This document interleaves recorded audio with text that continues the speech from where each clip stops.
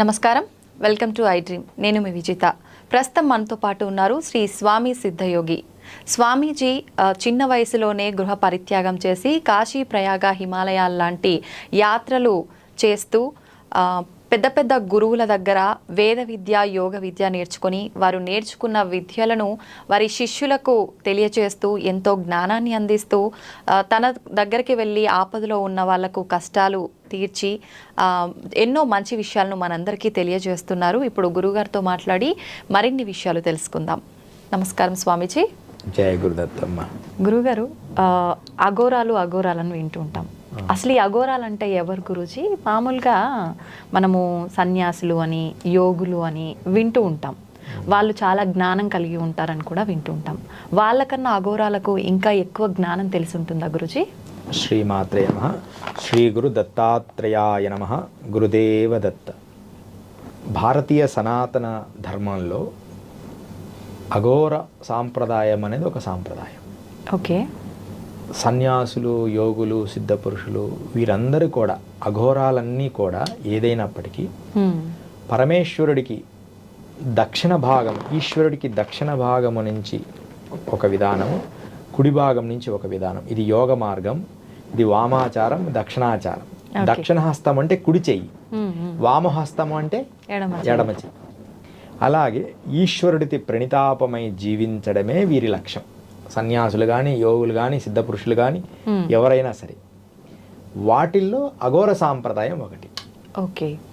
అయితే దక్షిణాచారంలో అని, వామాచారం అంటే శుద్ధత్వం, యోగ సాధన ద్వారా యమ, నియమ, ఆసన, ప్రాణాయామ, ప్రత్యాహార, ధారణ, ధ్యాన, సమాధి అంటారు వీటిని. అష్టాంగ మార్గాలు.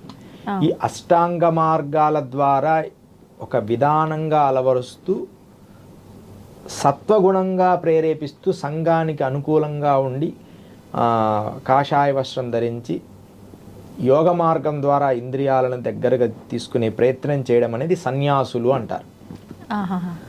ఇదే మార్గాన్ని విశ్వమంతా భగవంతుడే కదా, అన్నిటా భగవంతుడు ఉంటాడు, శ్మశానంలో భగవంతుడు ఉంటాడు, దేవాలయంలో వెలిగించిన దీపానికి మనం నమస్కరిస్తాం, చితి మంటల దీపానికి నమస్కరించాం. అది మంటలని భయపడతాం. వాస్తవంగా రెండిటిలో ఉండే అగ్నికణం ఒకటే కదా, దీపము మంట ఒకటే, కానీ అది డిఫరెంట్ అయిపోయింది. అయితే ఈ అఘోరాలకి ఏంటంటే రెండిటిలో ఉండే సత్యం ఒకటే కాబట్టి దీంట్లో నుంచి మేము కనుగొంటాము అని అఘోర సాంప్రదాయం అనేది ఒకటి. అంటే దీంట్లో నుంచి ఉంటారు వాళ్ళదంతా కొంచెం శ్మశానం నుంచి మొదలు పెడతారు. మనం మాత్రం శ్మశానానికి వెళ్ళి ఆ క్షణం మాత్రమే భయపడి దండం పెడతాము.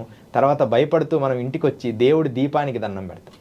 ఎవరైనా దేహం వదిలేస్తే అక్కడ ఇంటికి రాగానే ఒక దీపానికి దండం పెట్టుకోం, శివాలయానికి వెళ్ళి దండం పెట్టుకుంటారు. అదే సాంప్రదాయం ఉంది. పెద్దలు ఇప్పటికి కూడా కొన్ని శివాలయానికి వెళ్తారు దేహం కాల్చిన తర్వాత. ఇక్కడ అఘోరాలు అక్కడి నుంచే మొదలు పెడతారు. ఓకే ఓకే, అదనమాట.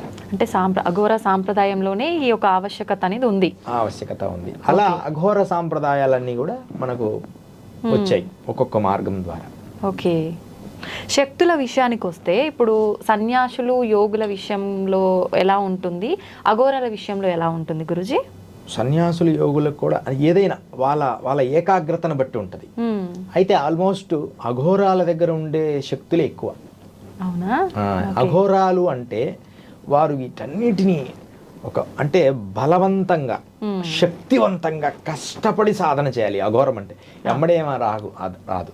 ఓకే. ఇప్పుడు బలవంతంగా, శక్తివంతంగా సాధన చేయాలి. ఒక ఉదాహరణకి మనం ఒక ప్లేస్లో ఒక చిన్న పాది చేయాలనుకున్నాం, ఒక పూల మొక్క నాటడానికి. పాది చేయాలనుకొని ఒట్టి మన చేత్తోనే తీస్తున్నాం. ఒట్టి చేయితోనే ఒక పెద్ద గుంత తీసి వాటర్ కంటెంట్ కోసం చేస్తున్నాం. ఒక చిన్నది అక్కడ ఒక పాది మొక్కల కోసం ఒక చిన్న గుంత దోవాలి, ఒక 5 అడుగుల గుంత. ఆ 5 అడుగుల గుంతలో నీళ్లు నింపి చెట్లకు పోసుకోవడానికి ఒక గుంత దోవుతున్నాం. అప్పుడు మనం చేయితో తీయాలి అనుకున్నాం అనుకో, ఒకడు చేయితో తీయాలనుకుంటాడు, ఒకడు కర్రతో తీయాలనుకుంటాడు, ఒకడు కడ్డీతో తీయాలనుకుంటాడు, ఒకడు డ్రిల్లింగ్ మిషన్ పెడతాడు, ఒక జేసీబీ పెడతాడు. ఇప్పుడు సోలార్ సిస్టమ్ అంటే ఒకటి సోలార్ ప్యాన్ అంటే ఒక ఉంటాయి కదా రేడియో కిరణాలు, దాంతో కూడా హోల్ చేసేయచ్చు. ఓకే, మనం ఒక లైటింగ్ లాంటి దాంతో కూడా అక్కడ బ్లాస్ట్ చేయొచ్చు. అలాంటివి కూడా ఇప్పుడు వచ్చాయి. అయితే ఈ అఘోర సాంప్రదాయం అనేది ఎలా ఉంటుందంటే చేయితో తీసినంత కఠినంగా ఉంటుంది. అప్పుడు చర్మం పోద్ది, కండరాలు, గోర్లు అవన్నీ నాశనం అవుతాయి.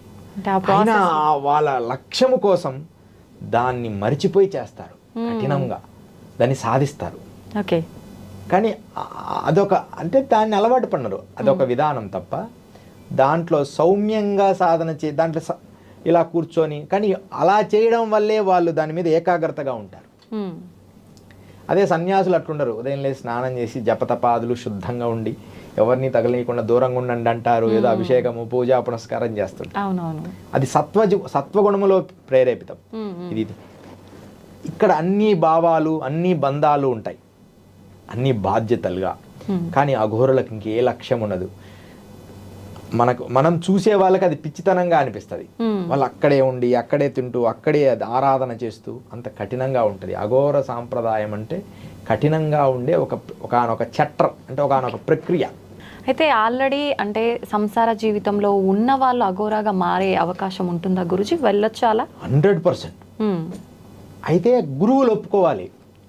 ఇప్పుడు అఘోరాలు అనే పదానికి ఇంకా నేను కొన్ని విషయాలు చెప్తారా, సీక్రెట్స్. అసలు అఘోర అనే ఒక సాంప్రదాయం దగ్గర తీసుకోవాలి మనం. ఎమ్మడే నేను అఘోరా అని విభూది పెట్టుకుంటే అఘోరాలు కాలేరు. ఇప్పుడు మేమంతా కూడా అఘోరాలుగా అలా ఉండదు. అఘోర సాంప్రదాయానికి అఘోర యోగులతో మేము నడుస్తున్నాం అంతే, ఒక దీక్షలాగా. ఓకే, అంతేగాని సంసార జీవితంలో ఉండి కూడా వెళ్ళొచ్చు. కానీ వారి బాధ్యతలు అయిపోయి ఉండాలి. అంటే వివాహం అయి ఉండాలి. వివాహం అయిపోయిన తర్వాత వాళ్ళు ఆ మార్గంలో పయనించాలి. ఓకే, వివాహం అయిపోయి పిల్లలు ఉన్నారనుకో, పెళ్ళిళ్ళు చేసేసి వెళ్ళాలి. మరి అలా వెళ్ళిపోగానే వాళ్ళు దీక్ష చెయ్యరు గురువులు. వాళ్ళను పరీక్ష పెడతారు. కనీసం ఎంత లేదైనా 2-3 సంవత్సరాలు పరీక్ష పెడతారు వాళ్ళకి. ఆ పరీక్షల్లో నెగ్గి అప్పుడు దాకా ఏదో ఒక మంత్రం చేసుకొని ఆయన ఇస్తారు. వీళ్ళు ఏంటంటే ఆ మంత్రం చేసి ఇంకా నాకు సిద్ధి కలగలేదే అంటారు. పరీక్షలు అంటే ఇప్పుడు అంటే ఈయన అఘోర లైఫ్లోకి రావటానికి మళ్ళీ సంసార జీవితం వదిలేసి వచ్చిండు కాబట్టి దానికి సంబంధించిన ఆనవాళ్ళు ఈయన పైన ప్రభావం చూపుతున్నాయా లేదా అన్న గురుగారు? 100% అది. ఇంద్రియాలు వీళ్ళ కంట్రోల్గా ఉన్నాయా లేదా అని చెప్పి ఒక దగ్గర వదిలిపెట్టేస్తారు. ఒక జలపాతం దగ్గర ఇక్కడే ఉండు 6 సంవత్సరాలు అంటారు. భిక్షాటన చేయమంటారు. ఒంటికంతా విభూతి రాసుకొని నీటిలో కూర్చోమంటారు. వాళ్ళు ఏమి చెప్తే అవన్నీ చేస్తూ వారికి ఇంకా భౌతిక ఆపేక్ష ఉందా అని, భౌతిక ఆపేక్ష ఉందా అనుకుంటే ఆ దీక్ష ఇయ్యరు, అఘోర దీక్ష. కానీ దీక్ష అంటే అర్థం ఏంటంటే చిన్న మంత్రము అవి నేర్పుతారు, అది ప్రాక్టీస్ చేసుకోవడానికి. పూర్ణ అఘోరీ మారడానికి కనీసం కొన్ని సంవత్సరాలు గురువు సేవ చేయాల్సింది ఉంటుంది. ఇప్పుడు మాది ఉంటాయనుకో, మాది ముందు గురు సేవలు అఘోరాలతో నేను ఎక్కువ ట్రావెల్ చేస్తున్నా. ఇప్పుడు మేము అఘోరం కాదు. మీరు అఘోరా కాదా స్వామి? అంటే అఘోర పూర్ణ అఘోర కాదు. ఓకే, పూర్ణ అఘోర అంటే దానికి ఒక నియమ నిబంధనలు, చాలా సంవత్సరాలు పడుతుంది. ఎమ్మడి అఘోర అయిపోకూడదు. అక్కడ నాకు ఎమ్మడి అఘోర అయిపోయాను, విభూతి రాసుకున్న అఘోరి అంటే అలా అఘోరి కాలేదు. ఒక నియమం, ఒక మంత్ర సాధన చేయాలి. ఆ మంత్ర సాధన పూర్తి చేయాలి, గురువు చెప్పిన విధానాలు పూర్తి చేయాలి. మరలా ఇంకొంచెం 2వ స్టెప్, ఇప్పుడు మేము 2వ స్టెప్లోను ఇంకొక మంత్రం, ఈ మంత్రం చెయ్యి, ఇలా ఉండు, సంఘంలో ఉండు, కొంతమందికి మేలు చెయ్యి, జాగ్రత్త, గమనిస్తున్నావా, నిన్ను నువ్వు గుర్తిస్తున్నావా అని అన్ని రకాలుగా మనల్ని పాయింట్అవుట్ చేస్తుంటాడు గురువు. జాగ్రత్తగా సూచనలు ఇస్తుంటారు. మళ్ళా సత్సంగం చేస్తుండాలి, మళ్ళా పెద్దల దగ్గర వినయం ఉండాలి. ఎప్పుడైనా మా విధానాలన్నీ మీరు గమనిస్తే పెద్దల దగ్గర వినయం ఉండాలి, వాళ్ళని గౌరవించాలి. ఇవన్నీ గమనిస్తూ వాడు తనకు తాను మలుచుకుంటాడు. అప్పుడు వాడికి ఇంకా ప్రపంచంలో ఎవరు ఉండరు, ఈశ్వరుడు తప్ప. ఆ స్థాయి ఇచ్చినప్పుడు పూర్ణ అఘోరము అనే ఒక విధానం నేర్పుతారు. ఎంత కాలం పడుతుంది గురుజీ ఈ ప్రాసెస్ అంతా జరిగి అఘోరాగా మారడానికి? వాడి పూర్వజన్మ స్థాయిని బట్టి. కానీ రియల్గా మామూలు మధ్యస్థ స్థాయి అయితే 3.5 సంవత్సరం అయితే ఒక కఠినమైన సాధన చేస్తే ఒక 3.5 సంవత్సరంలో ఒక స్టెప్ ఎక్కుతాడు. ఓకే, నాది 6-1 దాదాపు నాకు 12 సంవత్సరాలు పట్టింది 2 పూర్తి చేయడానికి. చాలా ఎక్కువ సమయం. అంటే ఈ వాతావరణము పరిస్థితులు అంటే అన్ని పూర్తిగా చేయడానికి. ఇక నెక్స్ట్ 3వ దీక్ష ఉంటుంది, తర్వాత 4వ దీక్ష, తర్వాత గురు స్థాయిలో గురుపాదం ఆ స్థాయికి వెళ్ళిపోతాడు. ఓకే. అయితే అసలు అంటే మీరు అఘోరాగా ఎందుకు మారారు అని అడుగుదాం అనుకున్నాను, కానీ మీరు అఘోరాని కాదు అన్నారు. అసలు అఘోరాగా మారాలని, ఇలా సిద్ధత్వం పొందాలి తపస్సు చేసి అని మీకెందుకు వచ్చింది గురుగారు ఆలోచన? అఘోరా మారాలని కాదు, కానీ ఈ ఇంద్రియాలకు ఈశ్వరుడు అధిపతి, ఈశ్వరుని భగవంతుని చూడాలని చిన్నతనం నుంచి ప్రయాసపడేవాడిని. అసలు ఎంత పిచ్చివాడిగా తిరిగేవాడిని అంటే, ఇక ఆ పర్వతాల మీద ఉంటాడు, ఈ కొండల మీద ఉంటాడు దేవుడు అని గుహల్లో కొండల్లో వెళ్ళిపోయేవాడిని. ఆ ఇంట్లో వాళ్ళు పిచ్చివాడని, ఊర్లో వాళ్ళు కూడా పిచ్చివాళ్ళు అంటుండేవాళ్ళు మేము పెరిగిన వాతావరణం. ఎంత వయసులో అనిపించింది గురుగారు మీకు ఇట్లా? చిన్నతనం నుంచి నన్ను స్వామీజీ అనే పిలిచేవారు. వీళ్ళలో ఏదో దివ్యశక్తి ఉందని అందరూ అనుకునేవాళ్ళు, బంధువర్గాలు కానీ అట్లా. అయితే నేను ఆ ఫోకస్ కాలేదు, ప్రయత్నం చేస్తుండేవాడిని. మధ్యలో ఒకసారి పారిపోయాను, ఎలాగబ్బా మళ్ళీ పట్టుకొని వచ్చి కట్టేయడం అట్లా జరిగింది. ఎక్కడికి వెళ్ళిపోతున్నావు, ఎందుకు వెళ్ళిపోతున్నావు అంటే, నేను మంచు కొండల్లో ఉన్న ఈశ్వరుని చూడాలి నాకు కనపడుతుండనేవాడిని. అప్పుడు మాకు ఒకరు ఉండి, అక్కడ నిజంగా మంచు కొండలో ఈశ్వరుడు ఉన్నాడు. అప్పట్లో ఇంత ఫేమస్ కాదు కదా, ఎవరికి తెలియదు అమర్నాథ్ ఉన్నాడు.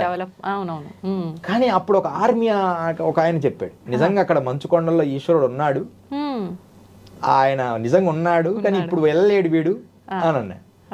ఓహో, అయితే వీడు చెప్పేయని నిజాలే, అంటే పూర్వజన్మ నుంచి కనెక్షన్ ఉంది.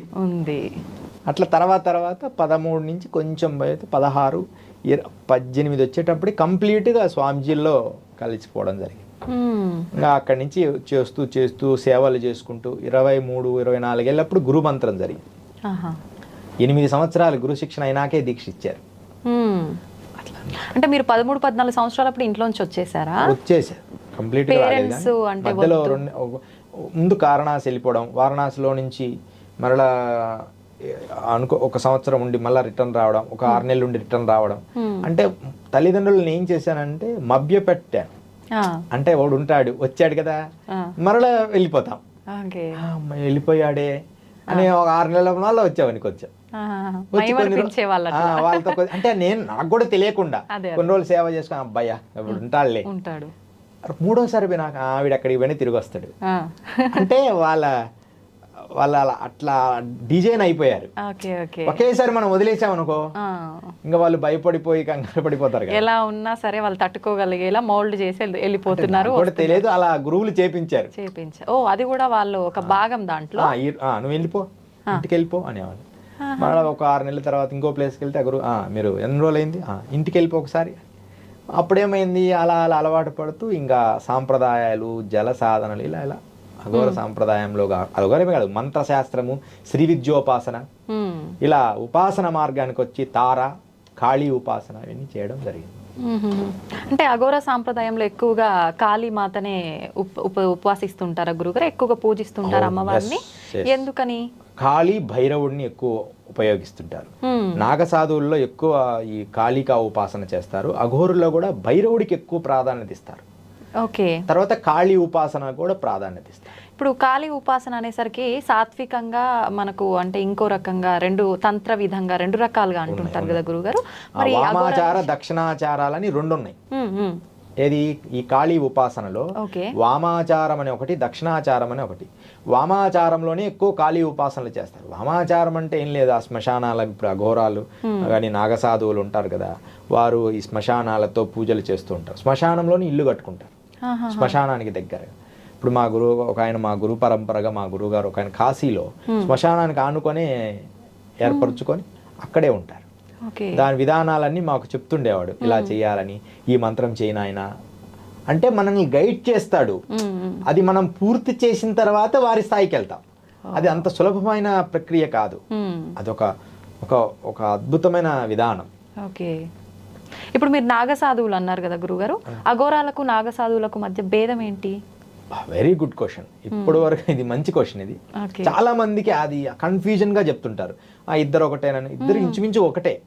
అయితే ఇక్కడ ఏమైందంటే, జలంధరనాథుడి దగ్గర నుంచి అఘోర సాంప్రదాయం పుట్టింది.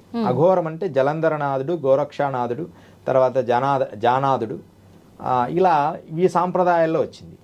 ఈ నాగ సాధువులందరూ కూడా శంకరాచార్యుల నుంచి వచ్చింది. శంకరాచార్యులు ఏం చేశారంటే భారతదేశాన్ని కానీ ముస్లింలు కొన్ని దాడుల నుంచి భవిష్యత్తులో మనం తట్టుకోవాలని చెప్పి ఒకానొక విధానాన్ని ప్రవేశపెట్టాడు.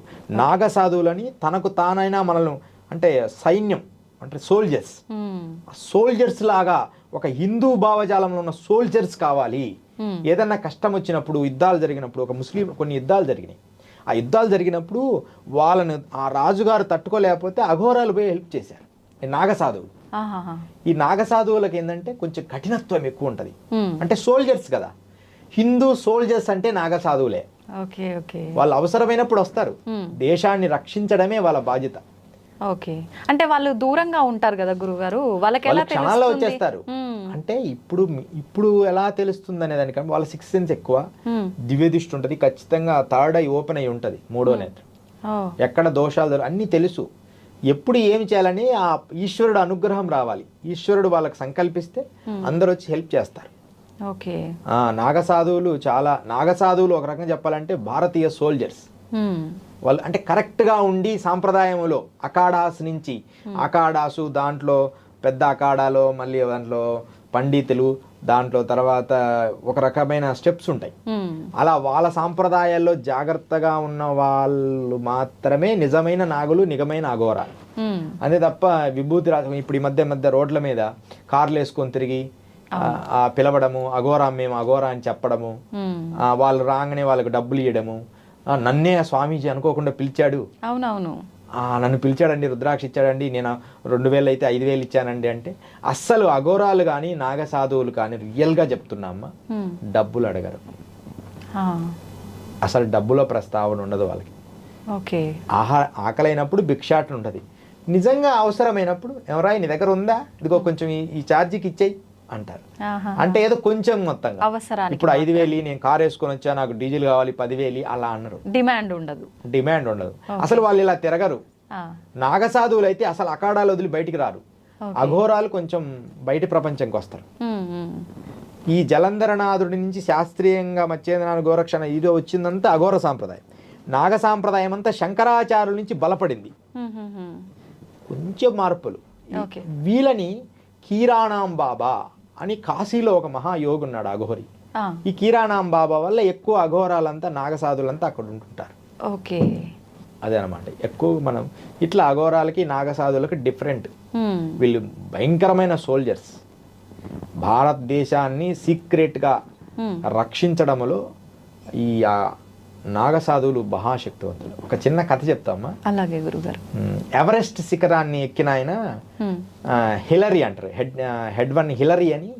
ఎవరెస్ట్ శిఖరం ఎక్కింది ఆయనే ఫస్ట్. ఆ న్యూజిలాండ్కి సంబంధించిన ఆయన భారతదేశం అంటే చాలా ప్రేమ. ఈ ఎవరెస్ట్ శిఖరం అని అప్పటి నుంచి ఎవరెస్ట్ శిఖరం అని పేరు వచ్చింది. అంతకు ముందు కూడా అక్కడ ఒక దేవతను పూజ చేసేవాళ్ళు, దానికి వేరే పేరు ఉండేది ఆ ఎవరెస్ట్ శిఖరానికి. అందరికి తెలియదు ఏం పేరు గురుగారు. ఎవరెస్ట్ శిఖరానికి మరో పేరు అని ఎవరైనా అడిగితే ఇది ఒక బిట్ అనమాట, ఎవరికి తెలియదు. సాగరమాత. ఆ ఎవరెస్ట్ శిఖరం దగ్గర సాగరమాత అని పేరు పిలిచేవాళ్ళు.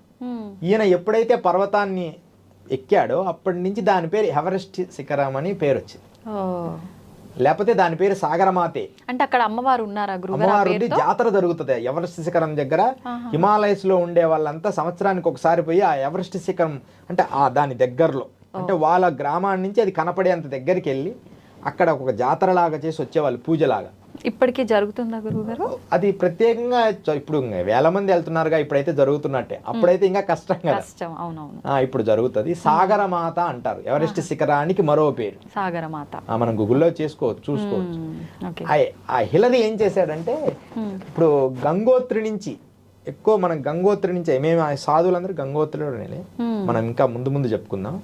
ఈ గంగోత్రి నుంచి ఆయన ఒక పడవలో ఆయన లైఫ్ స్టోరీ చదివితే మనకు తెలుస్తుంది. హిలరీ లైఫ్ స్టోరీ, ఎవరెస్ట్ శిఖరం ఎక్కిన హిలరీ లైఫ్ స్టోరీలో ఆ పడవలో గంగోత్రి నుంచి ఇట్లా సముద్రం దగ్గరికి వెళ్ళిపోవాలి, అప్పుడప్పుడు పడవేసుకోవడం దిగడం, మళ్ళా నీళ్లు ప్రవహిస్తుంటే మళ్ళీ పడవలో ఎక్కడం, కొంచెం ఇబ్బంది అని ముందే తెలిస్తే సైడ్కి పోయి మళ్ళీ అక్కడి నుంచి పడవ మోసుకొని పక్కకు పెట్టుకొని ఇలా ఒక ప్రయాణం చేశాడు హిలరీ.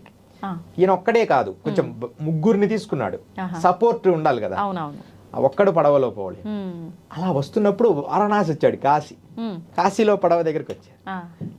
కాశీలో పడవ దగ్గరికి వచ్చి ఈయనకు ఇదే పని కదా, యోగులు అఘోరాలను. ఆయన భారతీయ అంటే చాలా మంచి ఫేమస్ అన్నమాట, ఇష్టం ఆయన. ఆయన ఏం చేశారంటే ఒక అఘోరిని కలిసి ఆయన దగ్గర ఏదో తెలుసుకుంటూ ఉన్నాడు. నేను గంగోత్రు నుంచి ఈ పడవలో వచ్చాను గురువు గారు అన్నాడు. ఆయన అఘోరి మంచి సాధకుడు. ఆయన చూసి నా అంగమంత బలం లేదు ఈ పడవకి అంటాడు. అంటే నా అంగము అంటే ఆయన మూత్రం పోసే అంగము అంత బలం లేదు నేను అంటాడు. ఆయన స్టోరీలు క్లియర్ రాశాడు ఆయన హిలరీలో, ఇంగ్లీష్లో ఆయన మొత్తం రాశాడు ఆయన లైఫ్ స్టోరీలో. రాశాడంటే చూడాలని ఉంది గురువుగారు అంటాడు. అంటే చూడని ఆయన పడవకి ఆ పడవకి తాడు కట్టి ఈయన అంగానికి ముడివేశాడు, ఒక పెద్ద తాడు. 4 minutes ఆ పడవ నడిపినా కూడా కదలేదు పడవ. 3 నుంచి 4 minutes ఆ ఇంజన్తో పడవ ముందుకు నడిపిస్తే ఆ పడవ కదలలేదు. హిలరీ అనుకున్నాడు, హిలరీ అది కట్టాం కదా ఎగిరి నీటిలో వచ్చి పడతాడు ఆయన అని అనుకున్నాడు. అమ్మడే హిలరీ పోయి అంటే దీన్నే అష్టయోగ మార్గము అంటారు. ఈ అఘోరాలు నాగసాధులు చేసేది ఏంటంటే తన దేహం పర్ఫెక్ట్గా, ఇప్పుడు మేము నిద్రపోయేటప్పుడు ఈ 2 కాళ్ళు తీసుకొని తల మీద పెట్టుకుంటాం, దాన్ని యోగ నిద్ర ఆసనం అని. అంటే యోగి దాన్ని తన బాడీని తన కంట్రోల్లోకి తెచ్చుకుంటుంటాడు. ఇట్లా ఇట్లా ఇట్లా పెట్టుకొని, అంటే అది మొత్తం తన బాడీ యోగంలో ఆ బాడీని కంట్రోల్ తెచ్చుకుంటాడు. పాదాల మీద పైకి లేస్తాడు, చేతుల మీద పైకి లేచి పాదాలు ఉంటాడు. రకరకాల ఆసనాలు, తన దేహము ఇంద్రియాలు మనస్సుని తన కంట్రోల్ చేస్తాడు. దాన్ని యమనియమ ఆసన ప్రాణాయామ ప్రత్యాహార ధారణ ధ్యాన సమాధులు అంటారు. అలాంటి స్థాయికి ఈ యోగులు వెళ్తూ ఉంటారు. ఇది అప్పుడు ఆయన నమస్కారం చేశాడు, గురువుగారు చాలా పొరపాటు, ఏం లేదు నాన్న, మన ఇంద్రియాలలో మానవుని శక్తి అంత గొప్పది, ఈ భౌతిక శక్తి కంటే మన లోపల ఎంతో శక్తి దాగి ఉందని ఆయన లైఫ్ స్టోరీలో రాశాడు హిలరీ. హెడ్వన్ హిలరీ అంటారు ఆయన. అదమ్మా అఘోరాలు నాగసాధుల శక్తి. అయితే ఇప్పుడు మీరు అన్నారు గురుగారు ఇలాంటి ఆసనాలు చాలా ఉంటాయి, అఘోరాలు ఇవన్నీ చేస్తుంటారని చెప్పి, మీరు అఘోరాగా మారాలి అనుకున్నప్పుడు వెళ్ళిన తర్వాతే మీ గురువులు ఇవన్నీ నేర్పిస్తారా, వీటన్నిటికీ శిక్షణ ఇస్తారా? నేను ప్రత్యేకంగా అఘోరాగా మారాలని వెళ్ళలేదు. నేను ఒక సాధనా సంపత్తి యోగిలాగా వెళ్ళాలని వెళ్ళాను. అయితే నేను వెళ్ళే మార్గంలో ఈ అఘోరులతో స్నేహం ఎక్కువగా ఏర్పడింది. అందుకని అఘోర సాంప్రదాయాలతో మంత్ర సాధన నేర్చుకున్నాను నేను. ఎందుకంటే నాకు అఘోరాగా ప్రత్యేకంగా మారాల్సిన అర్హత ఉందో లేదో వాళ్ళకి తెలుసు కదా. అందుకని ఆ అర్హత కోసం ముందు మంత్ర సాధన నేర్పించారు. వాళ్ళతో కలిసి తిరగడం, ఇప్పుడు మనం హిందీ వాళ్ళతో కలిసి తిరిగితే హిందీ వస్తుంది, తమిళ వాళ్ళు పక్కన ఉన్నారనుకో కొంత తమిళ్ మనకు వస్తుంది. అట్లనే అఘోరాలతో బాగా నాగసాధులు కానీ అఘోరాలతో మంచి స్నేహం ఉంది.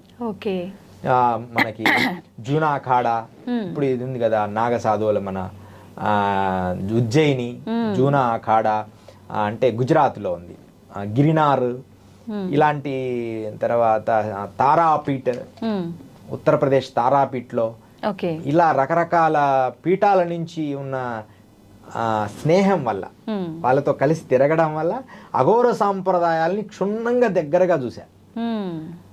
ఎప్పటికైనా వెళ్తాం కానీ అంత స్థాయికి వెళ్ళడానికి ఒక్కొక్క మెట్టు ఎక్కుతూ మనం ఆ స్థాయికి వెళ్ళాలి. అప్పుడు పూర్తిగా నేను అనంత విశ్వాన్ని ప్రేమిస్తున్నాను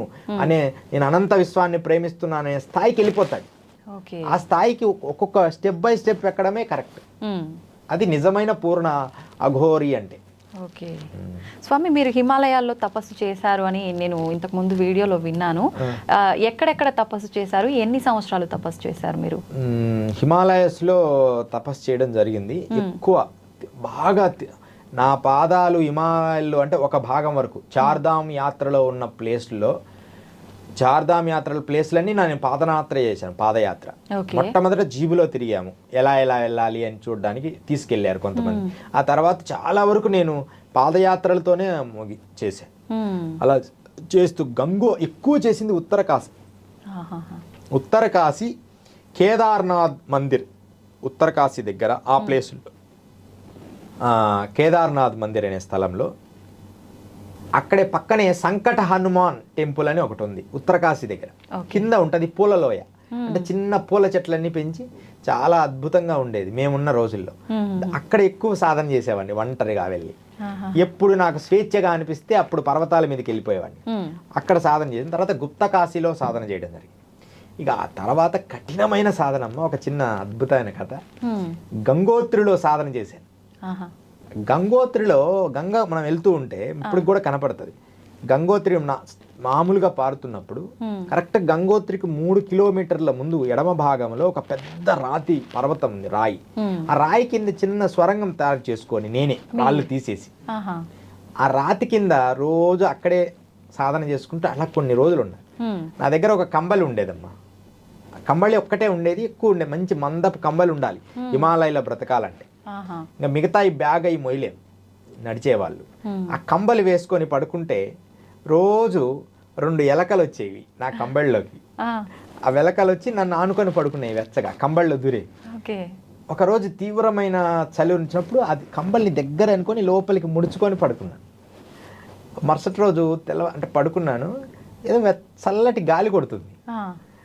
ఉదయం లేచేటప్పటికి నా కంబలికి హోలేసి, అంటే అది రోజు దానికి అనుమతి ఇచ్చేవాడిని. అవి ఉన్నాయని నేను కదలకుండా, అవి కూడా కదలకుండా పడుకున్నాయి. ఆ తర్వాత ఆ కంబలి కూడా కొన్నాళ్ళు ఉండి అనుకోకుండా ఒక దగ్గర పెట్టాను. ఇట్లా అంటే ఇట్లా జీవరాశులతో కూడా తపస్సు చేసినప్పుడు స్నేహం చేశాను. రాత్రి ఎప్పుడు సాధన చేసుకోవాలంటే అప్పుడు చేసుకునేవాడిని. మళ్ళీ కంబలే కప్పుకొని, కంబలే గొప్ప వరం అమ్మ. అక్కడ హిమాలయాల్లో బ్రతికేవాడి కంబలి ఉండాలి తపస్సు చేసుకోవడానికి. అట్లా గంగోత్రిలో అలా తపస్సు చేశాను. తపోవనం తర్వాత ఈ గోముఖ్ రస్తాలో అయితే పోయాను. కానీ గోముఖ్ రస్తా వెళ్ళినప్పుడు బాగా కఠినమైన మార్గాల్లో ఈ గ్లేషియర్స్లో నడిచాను హిమాలయాలు. అది మనము చెప్పుకుంటే గంటల తరబడి ఉంటుంది. ఆ గ్లేషియర్స్ మీద నడిచేటప్పుడమ్మా ఇవన్నీ పగిలిపోయి రక్తం గడ్డలు కట్టాయి. అప్పుడు ఒక దగ్గర అయితే నేను ఇంకా వెళ్తున్నానమ్మా, ఈ కుడికాలు ఆ గ్లేషియర్ లోపలికి దిగిపోయింది, మంచు గడ్డ లోపలికి. ఎడమకాలు పైన ఉంది. మొఖాలు పగిలిపోయి ఎంత భయంకరమైన నొప్పు. మళ్ళీ చిన్నగా తీసేసుకుంటే అప్పుడు ఒక గురువు గారు వచ్చి, నువ్వు దేహం చాలా ఇబ్బంది పడుతున్నావు, నువ్వు చిన్న గుట్కెలు మందు గుట్కెలు ఇచ్చాడు, నువ్వు ఒక్కటి వేసుకొని నిద్రపోయేటప్పుడు అన్నాడు. అసలు స్పృహ లేకుండా నిద్రపోయా. ఏదో నల్ల మంది ఏదో ఉండిండొచ్చు, అంటే మరి అలసట నిద్ర రావడం లేదు. అప్పుడు ఆయన అది ఇచ్చారు. తర్వాత మరుసటి రోజు తపోవనం వెళ్ళిపోయి అక్కడ మంచు గ్లేషియర్స్లో వెళ్ళడం, ఆ మంచు గడ్డల్లో అన్ని అక్కడ ఏముండవు, అన్ని మంచు దెబ్బలే. ఆ ఎలుగుబంటి స్నేహం, కోబ్రాస్ పాములు, అంటే వాళ్ళు సాధకులు పెంచుకునేవి. అక్కడ యోగులకి హెల్ప్ చేయడానికి రకరకాల జీవులు హెల్ప్ చేస్తుంటాయి. ఒక గుర్రము హెల్ప్ చేశాడు ఒక ఆయన, గుర్రం ఆయన. ఆ తర్వాత అట్లా మధ్యప్రదేశ్లో కూడా ఎలుగుబంట్లతో చాలా రోజులు ఉన్నాం. మా ప్రాంతాల్లో కొన్ని ప్రాంతాల్లో అంటే మనం రోజు బిస్కెట్లు వేస్తూ అలవాటు చేస్తే మనల్ని ఏం అనవు అవి. కొత్త వ్యక్తులని భయపడి ఏదైనా చేస్తాయేమో కానీ మనిషిని ఏమి తినవు అవి. స్వామీజీ, ఇప్పుడు వాటిని మచ్చిగా చేసుకోవాలని, మామూలుగా అడవులలో ఉండేవన్నీ ఎంత సాధు జంతువులైనా కొంచెం క్రూరంగానే ఉంటాయేమో అన్న ఒక సందేహం ఉంటుంది. మరి వాటితో మీరు స్నేహం చేయాలి అని అంటే వాటిని ఎలా మచ్చిగా చేసుకుంటారు? కొన్నిసార్లు దెబ్బ కూడా కొట్టేవి, కొన్నిసార్లు ఇబ్బంది పడేవాళ్ళం. అయితే మనము రోజు ఏదైనా, మేము ఎక్కువ హిమాలయాల్లో కానీ ఎక్కడైనా దిగినప్పుడు బిస్కెట్ ప్యాకెట్స్, అంటే అప్పుడప్పుడు ఇమీడియట్లీ తినడానికి ఆహారం కొన్ని ఖర్జూర పండ్లు అవి తీసుకెళ్ళాం. ఎక్కడన్నా చెట్ల మీద వాటికి అందని ప్లేస్లో ఉన్నప్పుడు వాటికి వేసేవాడిని. అవి రోజు వచ్చి తినేళ్ళేవి. అలా మచ్చికతనం చేసుకునేవాడిని రోజు. తర్వాత పార్లీ బిస్కెట్ ప్యాకెట్లు ఎక్కువ వేస్తుండేవాడిని. అవి ఇంకా అలవాటు అయిపోయి అవి ఎలుగుబంటితో స్నేహం చేయడం మొదలుపెట్టాను. తర్వాత చిరుతపులితో ఒక్కసారి స్నేహం చేశాను. అవి కూడా అనుకోకుండా దానికి బాగా విపరీతమైన గాయాలయ్యాయి. గాయాలైన తర్వాత నా దగ్గర ఈ కొండ జాతి వాడు ఒకడు ఉండేవాడు. దానికి ఆహారం తీసుకొచ్చి దాన్ని కట్లు కట్టి చాలా బాగా చేసాము. అప్పుడు చేసిన తర్వాత అది బాగా యాక్టివ్ అయిన తర్వాత రోజు మా దగ్గరకు వచ్చేది. పడుకున్నప్పుడు మా దగ్గరకు వచ్చే పడుకునేది. ఫస్ట్లో కొంచెం ఒళ్ళు ఇట్లా వచ్చాయి నాకు, తగిలినప్పుడల్లా నాకు ఏమంటారు కదా గూస్ బంప్స్ వచ్చాయి, భయం అనిపించేది. ఇంకా తర్వాత అలవాటైంది. ఒక్కోసారి భయంగా గట్టిగా అరిచి పంపించిన రోజులు కూడా ఉన్నాయి. అట్లా ఉంటది, అంటే వాటి సహజత్వం ఉంటది. మన ప్రేమ కరెక్ట్ గా ఉంటే అది మనకు అలవాటు అవుతుంది. ఇప్పుడు మనం చూస్తుంటాం కదా, ఇప్పుడు జూలో అవునవును వాళ్ళు ఎలా ట్రైనింగ్ చేస్తారు, అలా అన్నమాట. స్వామి, మీరు హిమాలయాల్లో తపస్సు చేశారు కదా, అక్కడ చాలా రకాల మూలికలు అంటే జనానికి ఉపయోగపడే మూలికలు ఉన్నాయి అని అంటుంటారు. మామూలుగా మనం మూవీస్లో వింటూ ఉంటాము జనరల్గా. అయితే అక్కడ నిజంగా అంత మంచి మూలికలు ఉంటుంటాయా? సాధారణ మనుషుల జీవన కాలాన్ని పెంచే మూలికలు ఏమైనా ఉంటాయా అక్కడ? 100% ఉంటాయి. అవి ఎక్కువ మన యమునా నది దగ్గర, సరస్వతి నది దగ్గర కొన్ని ప్లేసుల్లో ఈ హిమాలయస్లో కొన్ని గడ్డి ఉంటుంది. మేమేం చేస్తామంటే ఈ గడ్డిని పెరిగి ఆకలైనప్పుడు దాని బెరడును నములుతూ వెళ్తుంటాం పర్వతం ఎక్కేటం. అది చాలా మంచి ఎనర్జీని ఇస్తుంది, శక్తిగా మారుస్తుంది. తర్వాత ఏమో కొన్ని పుట్టగొడుగులు లాంటివి కొన్ని వస్తాయి, అవి కూడా మేము స్వీకరిస్తాం. అరుదుగా దొరుకుతాయి, బ్లాక్గా ఉండి అది తక్కువగా దొరుకుతాయి. అది కొంచెం బ్లాక్ షేప్ ఉంటుంది అనమాట, పూర్తి బ్లాక్ కాదు, పుట్టగొడుగులు వస్తాయి. అవి ఒక 2-3 తింటేనే మనం జస్ట్ వేడి చేసుకొని చాలా ఎనర్జీ లెవెల్స్ వస్తాయి. అట్లాంటి మూలికలు ఉన్నాయి. తర్వాత ఇంకొక ఇక్కడ మేము మందిరంలో, సంకట హనుమాన్ మందిరంలో కూడా కొన్ని మొక్కలు వేసాం. అప్పుడు మీరు పెంచుకున్నారా? పెంచుకున్నాం, అంటే ప్రత్యేకంగా ఎక్కడో ఉన్నాయి తెచ్చి మేము ఆ జలపాతాల దగ్గర నాటుకున్నాం.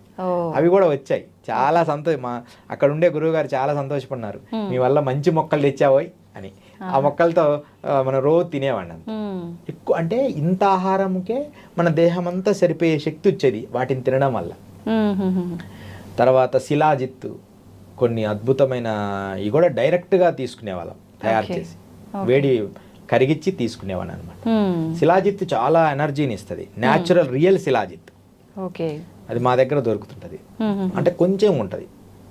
అలా హిమాలయాల్లో అరుదైన మూలికలు చాలా ఉన్నాయమ్మా. హిమాలయాల్లో ఒక గడ్డి ఉంటుంది, ఆ గడ్డిని మనం తీసుకోవడం. తర్వాత సోమలత, నేను చూసిన వరకు, నేను మిగతా సోమలతను కూడా చూసాను. సోమలతను కూడా ఒక సంఘటన జరిగింది. సోమలతను మనం ఎవరు పడితే వాళ్ళని తగలకూడదు. ఫస్ట్ మనకు కనిపించినా దానికి నమస్కారం చేయాలి. వేదములో కూడా దాని విధానం ఉంది. జాత వేదసే సునమా మసోమ మరాతి యతో నిదహాతి వేదః అని. అంటే వేదంకి సంబంధించిన మొక్క కూడా సోమలత ఉంది మన హిమాలయాలు. ఆ మొక్కను కూడా మేము ఒకరోజు, అంటే గురువుగారితో నడుస్తున్నాం, సోమలత కనపడి సోమలత గారి గురుగారు నమస్తే అని చెప్పి ముందు వెళ్ళిపోయారు. గురుగారు నమస్కారం చేసుకొని వచ్చి అన్నాడు. నాకేందంటే అలా ఏమంటే అది అయింది, కొంచెం అంత కట్ చేసుకుని నోట్లో వేసుకుందామని ఫీలింగ్. గురువుగారేమో అట్లా ఇష్టపడరు, అవసరం లేని ఆ మొక్క మనకి ఎందుకు, కానీ అది చాలా జీవశక్తులు ఇస్తుంది మనకి. అంటే అవసరం లేదు అంటే ఎటువంటి సందర్భాల్లో ఉపయోగపడుతుంది? మన జీవశక్తి కోల్పోయి బాడీ ఎక్కువ కాలం బ్రతకదు, చాలా ఎనర్జీ లెవెల్స్ పోయినాయి అనుకున్నప్పుడు సోమం అమృతం అవుతుంది. దాన్ని జాగ్రత్తగా తీసుకొని మత్తుగా ఉంటది అది. కానీ ఆ ఒక్క పదార్థమే జాగ్రత్తగా చిన్న పదార్థం చేసుకొని తినాలి. కొంతమంది ఏం చేస్తారంటే దాన్ని వేరే పదార్థాలతో మిశ్రమం చేసిస్తారు, అప్పుడు మనం మందు తాగినట్టుగా మత్తు వస్తుంది. అలా తీసుకోకూడదు, డైరెక్ట్ ఏదైనా ప్రసాదంగా అద్దుకొని తీసుకోవాలి. నేను అలా తీసుకొని అలా కట్ చేసి అలా అనే లోపలే నోట్లు వేసుకుందాం అంటే రే అంటనే ఉన్నాడు, నేను నోట్లు వేసేసుకున్నా. అంటే కొంచెం ఎట్లా, ఎందుకు దాన్ని భగ్నం చేస్తావు గురుదేవ, మరలా దాన్ని చూడలేను, తగలేను, తిన్నానని నాకు స్పృహ ఉండాలి అని నా మనసులో అనుకున్నా. గురువులాగా మనలాగా ఇప్పుడు గురువులకి, గురుగారు మాకు ఎందుకు దీక్ష లేదు, మాకెందుకు మంత్రం లేదు, అంత డైరెక్ట్గా మేము మాట్లాడలేరు. ఆ మాట నేను లోపల అనుకున్నా. వాళ్ళకి తెలిసిపోతాయా గురుగారు అట్లా అనుకుంటే? అట్లా తెంపుకొని అట్లా అంటున్నాడు గురుగారు, పిచ్చా ఎందుకు అని అంటున్నాడు, నోట్లో వేసేసుకున్నా.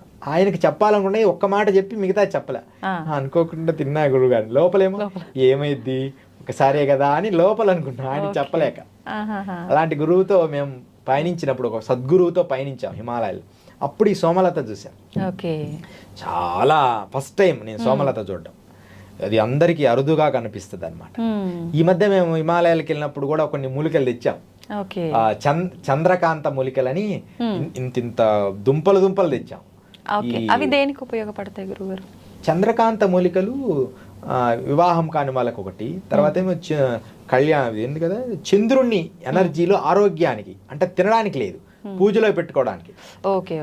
మేము వెళ్తున్నాము, తపోవనం వెళ్ళినప్పుడే తపోవనం వెళ్ళినప్పుడు అక్కడ ఒక జలపాతం వచ్చింది కదా, ఆ జలపాతం ఒకటి వచ్చింది. ఆ జలపాతం దగ్గర ఇక్కడ ఏదో విచిత్రమైనది కనబడుతుంది అనగానే ఇంత దొరికినాయి. ఆ మూలికలన్నీ తీసుకొచ్చా. చంద్రకాంతం అన్నమాట. సేమ్ అలాగే హతజోడి ఉంటుంది. హతజోడి నేపాల్లో దొరికింది. ఈ తపోవనం వెళ్ళినప్పుడు చంద్రకాంత మూలికలు తెచ్చాం. చంద్రుడి శక్తి గల దుంపలు, అల్లంలాగా ఉంటుంది అది. అది ఎంత కాలమైనా ఉంటుంది, ఎండిపోదు. మనం ఇట్లా పక్కన పెట్టిన రీసెంట్ కూడా మన దగ్గర ఉంది, అలాగే ఉంది జీవం. ఎప్పటికీ అట్లా జీవంతో ఎండదు, దాదాపు 1 year ఉంటుంది. ఆ ఏరు ఎండదనమాట. దాన్ని చంద్రుడి శక్తి వల్ల వచ్చిన మూలిక. వశీకరణానికి ఉపయోగపడుతుందని చెప్తారు పెద్దలు. వశీకరణానికి వాడతారు ఆ మూలికని. నేనైతే పూజలో పెట్టా అంతే, దాన్ని దేనికి వాడను. అయితే గురువు గారు, ఇప్పుడు మామూలుగా మానవులకైతే జననం మరణం ఇలాంటివన్నీ సాధ్యము. ఆయుష్ కూడా ఎప్పుడు పోతుందో ఎప్పుడు ఉంటుందో గ్యారంటీ లేదు. మరి అఘోరాల విషయానికి వస్తే చాలా వరకు ఇలాంటి మంత్రసిద్ధత్వం పొంది ఉంటారు, మూలికల గురించి తెలిసి ఉంటుంది వీళ్ళకు. మరి ఇవన్నీ తెలుసు కాబట్టి దీర్ఘాయుష్ పొందే అవకాశం ఉందా? అంటే కొన్ని ఆహార నియమాలు, కొన్ని పరిస్థితులు జనాలకు కొంచెం బయటికి రాకుండా ఉండడం, ఇవన్నీ కూడా ఆయుష్ని పెంచుతాయి. అంటే ఆహార నియమాలు కూడా ఒక భాగమా? ఆహార నియమాలు మెయిన్. తన ఇంద్రియాలు తన కంట్రోల్లోకి తెచ్చుకోవడం. తర్వాత మన లోపల సుధాధారా సారై చరణ యుగళాంతర విగళితై ప్రపంచం సించంతి పునరపి రసాంనాయమాసః స్వమాత్మానం కృత్వా స్వపశ కులకుండే కుహిరిని అని ఒక శ్లోకం ఉంది. అర్థమేంటి గురువు? సౌందర్యలహరిలో. సుధాధారా సారై, సుధాధార మన లోపల ఒక యాపకాయ కంటే కొంచెం లావుగా ఒక చిన్న బుడిపే ఉంటది బ్రెయిన్ లో. యోగము ద్వారా 3 భాగాలుగా అది కరుగుతుంటది. 3వ భాగం కరిగేంత వరకు యోగ సాధనలో నిలబడితే ఖచ్చితంగా వారికి ఎన్ని సంవత్సరాలైనా బతికి శక్తి వస్తుంది. కానీ వాళ్ళకి ఆ శక్తి వచ్చినప్పటికీ దేహాన్ని వదిలిపెట్టి కొత్త విషయాలు తెలుసుకునే విషయాలు కూడా తెలుస్తాయి కాబట్టి దేహం వదిలేస్తారు. అంటే నెక్స్ట్ జనరేషన్ లో నేను పుట్టి ఈ పని చెయ్యాలి కదా అని తెలుసుకొని దేహం వదిలేస్తారు తెలిసి. అలా చాలా మంది గురువులు చేస్తున్నారు. కానీ కొంతమంది ఈ సాంప్రదాయంలో నాగులు, అఘోరాలు ఆ స్థాయి వెళ్ళి కేచరిని సాధించి, వజ్రేలిలో సాధించి, కుండలిని జాగృతపరిచి అమృతధారని పొందితే, ఆ సుధాధారణ పొందితే ఇక వారు నెక్స్ట్ జన్మల పరంపరలను కూడా క్షణములో కాల్చేస్తారు. దాన్నే తారము అంటారు. అందుకని కాశీలో మరణిస్తే తారం అంటే కాశీలో మరణిస్తే మోక్షం అని ఎందుకంటారంటే ఇన్ని పాపాలన్నీ చేసి అక్కడే చావాలనుకుంటారు. ఎన్ని పాపాలు చేసినా కాశీలో మరణిస్తే అంటారు కదా. ఎందుకంటే కాశీలో 40 సెకండ్ల నుంచి 1 minute అమ్మ కంప్లీట్ గా జన్మల్లో చేసిన కర్మలన్నీ ఆ 40 నిమిషాల్లో, ఆ 1 day 2 days లోనే కర్మ పోగొడతాడు ఈశ్వరుడు మరణించే ముందు. అంటే అన్ని మనకు రిపీట్ అవుతాయి. మన CD రిపీట్ గాను ఓన్లీ 1 hour లోనే. అది ఒక నియమం పెట్టారు. అందుకనే అందరూ ఇక ఆ ప్లేస్కి వెళ్తారు. అందుకని అది ఒక అద్భుతమైన చట్టం. అందుకని కాశీ ఆనందానికే కాదు, కర్మలను దగ్ధం చేసేది కొంచెం కఠినమైనది కూడా కాశీ. చెప్పడానికి సులభంగా ఉన్న ప్రేమతత్వం ఉంటది, కఠినత్వము కూడా ఉంది. నీ కర్మను దగ్ధం చేస్తాడు ఈశ్వరుడు. అందుకనే శవాలు కాలుస్తా ఉంటారు. ఆ కాల్చేటప్పుడు దాని ఎదురుగు చూసుకొని తపస్సు చేస్తూ ఉంటారు. వాళ్ళల్లో మంచి సోల్స్, యవ్వనంగా ఉన్న వాటిని అఘోరాలు వాడతారు. యవ్వనంగా ఉండి మంచిగా అనుకోకుండా పోయారంటే వాళ్ళలో ఉన్న దివ్య శక్తిని లోకహితం వాడడానికి వాటిలలో కొన్ని తంత్ర ప్రయోగాలు చేస్తారు. ఏది ఏమైనప్పటికీ లోకహితము చేయడం అనేది శ్రేయస్కరం. ఎక్కువ వాళ్ళు లోకహితానికే వాడతారు. లోకహితం చేయలేదనుకో వాడి కర్మను వాడు బాధ్యుడవుతాడు. ఇది అనమాట అఘోరాలలో ఉన్న రహస్యం. అయితే స్వామీజీ, ఇప్పుడు మీరు అన్నారు వాళ్ళు లోకహితం కోసం చనిపోయిన శవాలను తీసుకెళ్ళిపోయి వాళ్ళు చేస్తూ ఉంటారు దానికి సంబంధించిన కార్యక్రమాలు. ఆ ప్రాసెస్ జరిగేటప్పుడు వాళ్ళు ఆ మాంసాన్ని కూడా తింటారు అని చెప్పి వింటాం. అదెంతవరకు నిజం? 100% అబద్ధం. 100% అబద్ధం. ఇది క్రియేట్ చేశారు. కానీ వాళ్ళకి బ్రహ్మ పదార్థం అయింది. ఇప్పుడు కోడి చనిపోయింది, కుక్క చనిపోయింది, చనిపోయిన తర్వాత అది స్కెల్టనే కదా. మనం సంఘంలో ఉన్నాం కాబట్టి అలా అనుకుంటున్నాం, స్కెల్టన్ అయిపోయింది కదా. కానీ నాదులు అని ఒక యోగంలో నాగసాధువుల్లో ఒక మంచి పరిమితి చెందిన వాళ్ళు ఏం చేస్తారంటే కొన్ని భాగాలు, శేష భాగములు, ఉదాహరణకు ఒక చిన్న కథ చెప్తా. భారతం మనకు తెలుసు కదా, పంచపాండవులు. పంచపాండవులు తెలుసు. పంచపాండవుల తండ్రి పాండురాజు, ఇద్దరు అన్నదమ్ములు అనమాట. ధృతరాష్ట్రుడు, పాండురాజు. ధృతరాష్ట్రుడు గుడ్డివాడు, పాండురాజు ఏమో మంచిగా ఉన్నాడు. ఈ పాండురాజు చనిపోయాడు. చనిపోయినప్పుడు కుమారులను పిలిచి నేను చనిపోగానే నా దేహాన్ని తినేయండి అంటాడు. ఎందుకంటే సమస్త యోగములతో నిండిపోయిన ఈ దేహం మంత్ర యంత్ర తంత్ర సాధనలతో ఈ రోమము సాధన చేస్తూనే ఉంటుంది. మేము మంచి చేయని చెడు చేయని ఉదయం సాయంత్రం మాత్రం ఈశ్వరుడి ప్రణితాపమై బతుకుద్ది ఈ దేహం. ఎంత నటనలు ఈ భౌతిక జగత్తులోకి మా గురువుల సంకల్పం వల్ల రావడమే, లేకపోతే మాకి అవలి చెప్పడమే ఇన్ని సంవత్సరాలు ఉండాలని, లేకపోతే మేము అంత ఇష్టపడం. కానీ కర్మలు ఉంటాయి కదా, అయినా సరే యోగముతో పునీతమైతుంది ఈ దేహం.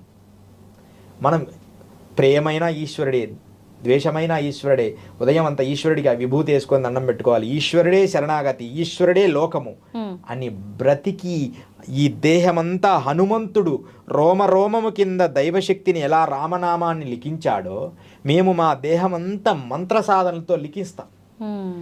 ఓం నమః శివాయ, ఓం ఓం ఓం ఐం హ్రీం శ్రీం ఐం క్లీం సౌ నమో భగవతి, ఓం శ్రీం హ్రీం క్లీం క్లీం శ్రీం సం ఐం క్లీం సౌ సౌ క్లీం, ఇట్లా రకరకాల మంత్ర సాధనలని, వాటిని పూర్తిగా చెప్పకూడదు సభాముఖంగా, అందుకని చెప్పడం లేదు. కానీ అలా మంత్ర సాధనలో చేసి చేసి చేసి అష్టాక్షరి, పంచాక్షరి, శతాక్షరి, పంచదశి, ఇలా మంత్ర సాధనలు చేసి చేసి చేసి దేహం పునీతమైంది. ఆ దేహాన్ని స్పర్శించడం కూడా పుణ్యమే. అంటే అనుమతి లేకుండా తగలకూడదు. వారి దేహాన్ని స్పర్శించడం కూడా ఒక యోగం. అలాంటి స్థాయికి ఈ దేహం వెళ్ళిపోయి ఉంటుంది. అందుకని ఎదుటి వాళ్ళకి పుణ్యం వస్తుంది. అలాంటప్పుడు ఈ దేహాన్ని తినేయమని చెప్తాడు. అంటే ఆయన శక్తి ఉంటుంది కదా, ఆ శక్తి అంతా పిల్లలకు వచ్చేస్తుంది. అలాంటి తినేయమన్నప్పుడు సడన్గా తినేటప్పుడు కృష్ణుడు వచ్చి ఆపేస్తాడు. ఇలా 5 మందిని తినొద్దు మీరు, ఈయన తిన్నారనుకో వీళ్ళందరికీ భూత భవిష్యత్తు వర్తమానాలు తెలిసిపోతాయి, అంత పవర్స్ వస్తాయి. అలాగని నరమాంసం తినమని కాదు, గురువులు ప్రత్యేకమైన శిష్యుడికి చెప్తారు ఆ రహస్యం. ఇప్పుడు అఘోర సాంప్రదాయం ఉంది కదా, అఘోర సాంప్రదాయంలో చివరి పీఠాధిపతిని పిలిచి గురువు గారి చిటికినేలను మాత్రం ఇచ్చేస్తారు వాళ్ళకి తినేమని. ఇది సీక్రెట్, ఎప్పుడు చెప్పని ఈ రహస్యాన్ని మీరు వినండి. ఎవ్వరు ఏ అఘోరులు ఇంత లోతుగా చెప్పి ఉండరు.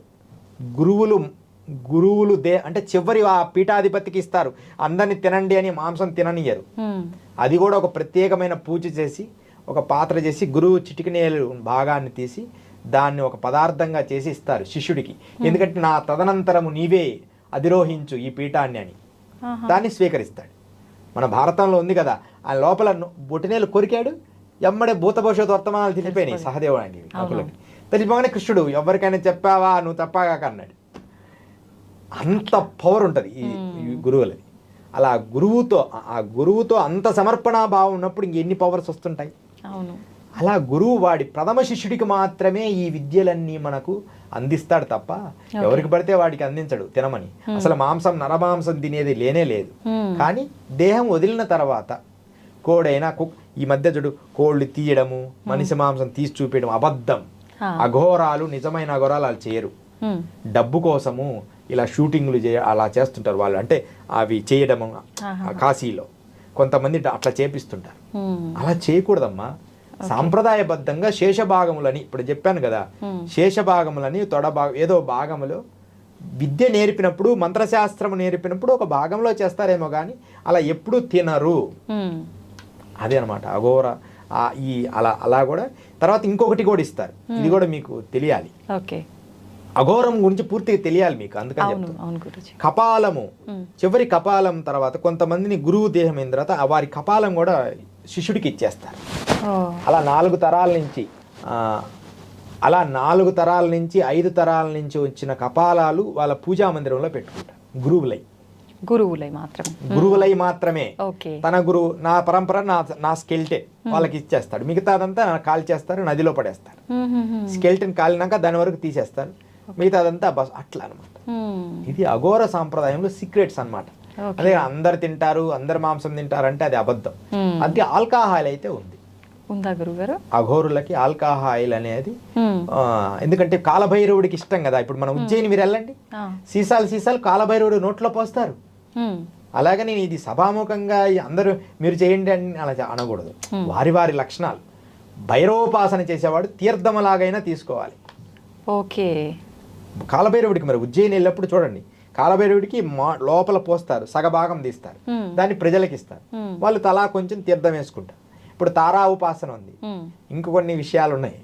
నేను ఇప్పుడు మాంక్స్ ఉంటారు, బౌద్ధ మతానికి సంబంధించిన వాళ్ళు, వాళ్ళ గురించి వీళ్ళని చెప్పను కానీ వాళ్ళు కూడా తారా ఉపాసన చేస్తారు. ఖచ్చితంగా ఒక చిన్న ఎడమ చేతిలో ఒక చుక్కేస్తారు, అది తీసుకుంటారు. అదొక సాంప్రదాయం అంతే. ఆ పర్మిషన్ ఉంది, అఘోరులకు ఉంది. ఇప్పుడు గంజాయి కూడా తీసుకుంటూ ఉంటారు అఘోరాలు, ఎప్పుడు ఆ మత్తులో తూగుతుంటారు అని చెప్తుంటారు.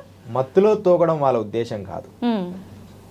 గంజాయి స్వీకరిస్తారు కానీ శుద్ధము చేసి రోజుకు పూజకు ముందు అది చేస్తే, అది కూర్చుంటే ఏ థాట్ రిలీజ్ చేస్తాడో అదే థాట్లో బ్రెయిన్ ఆగిపోయి ఉంటుంది. ఇప్పుడు ఓం నమ శివాయ ఆ గంజాయి తీసుకొని నమ శివాయ దానికి అలవాటు చేసామనుకో, ఇంకా వాళ్ళ థాట్ వేరే దానికి పోదని గంజాయి స్వీకరిస్తారు. బట్ అదని కాదు, ఈశ్వరుడు కూడా స్వీకరించాడని, ఈ గంజాయి వల్ల కొంత మేలు జరుగుద్ది అని, ఇంద్రియాలు కంట్రోల్కి వస్తాయమ్మా.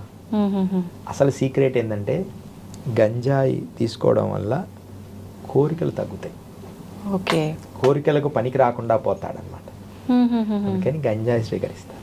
ఓకే. అసలు ఎక్కడ దొరుకుతుంది గురుగారు అఘోరాలకి గంజాయి? ఎందుకు దొరకదమ్మా, ఇప్పుడు ఇక్కడ బ్యాన్ చేశారు కానీ మేము మొన్న ఇక్కడికి వెళ్ళాము, తపోవనం అమ్మ, హిమాలయాల్లో అతి ఎత్తు ప్లేస్లో ఉండే ప్లేస్కి వెళ్ళాను. ఓకే. వెళ్ళినప్పుడు ఇటుపక్కంతా పొలం, కుప్పలుగా గంజాయి ఉంది. అదంతా కట్ చేసి కాల్ చేస్తున్నారు నేను కుటీరంలో ఉంటే. అలా అంత దొరుకుద్దమ్మా. మనం హిమాలయస్కి వెళ్తే జమ్మూ కానీ, మేము జమ్మూలో ఒకసారి వెళ్తుంటే ఒక సాధు అంతా తన దిండులో పెట్టుకున్నాడు. అఘోరాల్ని ఉత్తరప్రదేశ్లో ఏమనరమ్మా, సాధువుల్ని కానీ గంజాయి అంటే ఎక్కువ మొత్తం అంత దొరికితే ఏమనరు, అదొక వాళ్ళ అలవాటు. ఇక్కడ మనకు అది మనిషిని నాశనం చేస్తాం మా యువతని వాళ్ళు చేశారని యువత తాగుతుంటారు, వాళ్ళ జీవితాలు పాడైపోతాయి. ఆకలి కాదు సన్నగా అయిపోతారు, మనిషి నిద్ర సరిగా పోరు, మానసికమైన ప్రలోభాలకు లోనవుతుంటారు. ఏదో ఆ నికోటిన్ అనే పదార్థం బ్రెయిన్ని యాక్టివ్ చేయడానికి అది చేస్తుంటారు. మామూలుగా చెప్తుంటారు గురుగారు, అడిక్ట్ అయిపోతారు గంజాయి ఒకసారి తీసుకుంటే అని చెప్పి. ఒక్కసారి తీసుకుంటే ఏం అడిక్ట్ గా, దేన్నైనా అలవాటు పడాల్సిందే. నికోటిన్ అలవాటు పడి అది లేకపోతే ఉండలేమనుకుంటా. కానీ నికోటిన్ అనేది నేను చాలా మంది మేధావుల్లో చూశానమ్మా, ప్రతి మేధావికి కూడా ఏదో ఒక బ్యాడ్ అలవాటు ఉంటుంది. అంటే బ్యాడ్ అంటే కొంచెం ఇది బ్యాడు అనుకునే అలవాటు ఉంటుంది మన సంఘం. అది బ్యాడేం కాదు, వాళ్ళల్లో ఉన్న ధారా శక్తి. చాలా మంది కవులల్లో చూశాను, చాలా మంది రైటర్స్లో చూశాను, ఏదో ఒక అలవాటు ఉంటుంది. అది నేను గమనించాను వాళ్ళల్లో. అంటే ఏదో ఒకటి ఉండాలి, లేకపోతే ఏది లేకపోయినా స్వీట్ అయినా అలవాటు ఉండాలి.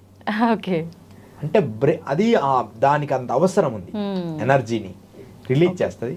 కవులు ఎక్కువ, కవులు, చిత్రకారులు, యోగులు, పరమయోగులు, నిజంగా సాధన అంటే కరెక్ట్గా అలా చేసే వాళ్ళకి ఈ అలవాట్లు ఉంటాయి కొన్ని.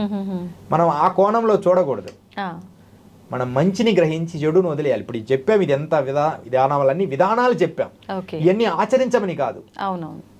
మనం మంచిని వీటిలో గ్రహించాలి, చెడును వదిలేయాలి, అదే మన లక్ష్యం. అవును గురుగారు. గురుగారు, అఘోరాలకు కూడా జన్మ పునర్జన్మలు అనేవి ఉంటాయా? పూర్ణ అఘోర శక్తిని పొందిన వాడికి ఇంకా పునర్జన్మ ఉండదు. వాళ్ళ చేతుల్లో ఉంటుంది మరణం. అయితే కొన్ని మంచి కర్మలు చేసి సత్కర్మలు చేసి మరణిస్తారు కదా, అలా మరణించిన వారికి పునర్జన్మలో ఉంటారు. కానీ వాళ్ళు తప్పులు ఎక్కువ చేశారనుకో, కోడి కుక్కగా అట్లా పుడుతుంటారు. కానీ అవి బొమ్మలు వేయడం, వాళ్ళు కొంచెం భౌతికంగా నటన చేయడం, బకెట్ తీసుకురామంటే బకెట్ తీసుకురావడం, కుక్కలు తెస్తుంటాయి, అవి పూర్వజన్మల మనుషులే. అందుకని ఈ మనుషులే భావజాలాలు తొందరగా వస్తాయి వాటికి. మన పురాణాల్లో ఉన్నాయి, ఆ పునర్జన్మ ఉందని గాంధీ తాత టైంలో ఒక ఆమె లక్ష్మి అని ఒక ఆవిడ, లక్ష్మీబాయి ఆమె ఒక ఆవిడ, నాది బృందావనం అని చెప్తే ప్రూవ్ అయిపోయింది. అంటే న్యూస్ లో కూడా వచ్చేసింది అప్పుడు ఆ కాలంలోనే.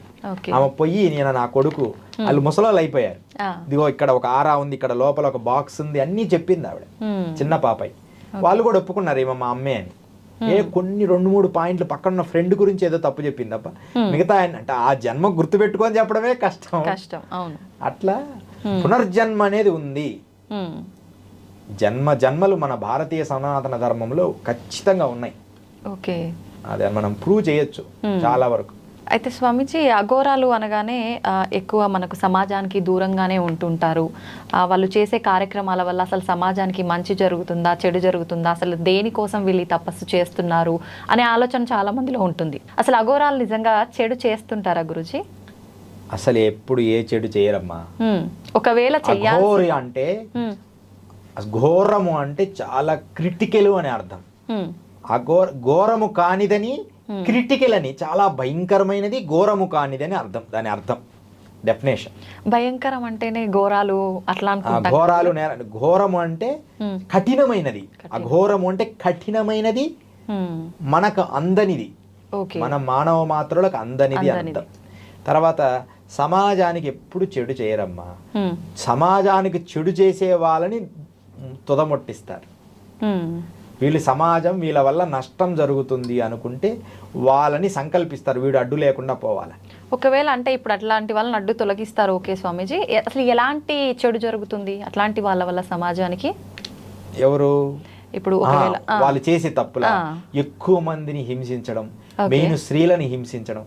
అఘోరాలు స్త్రీలని హింసించే వాళ్ళని ఎమ్మడే పసిగడతారు.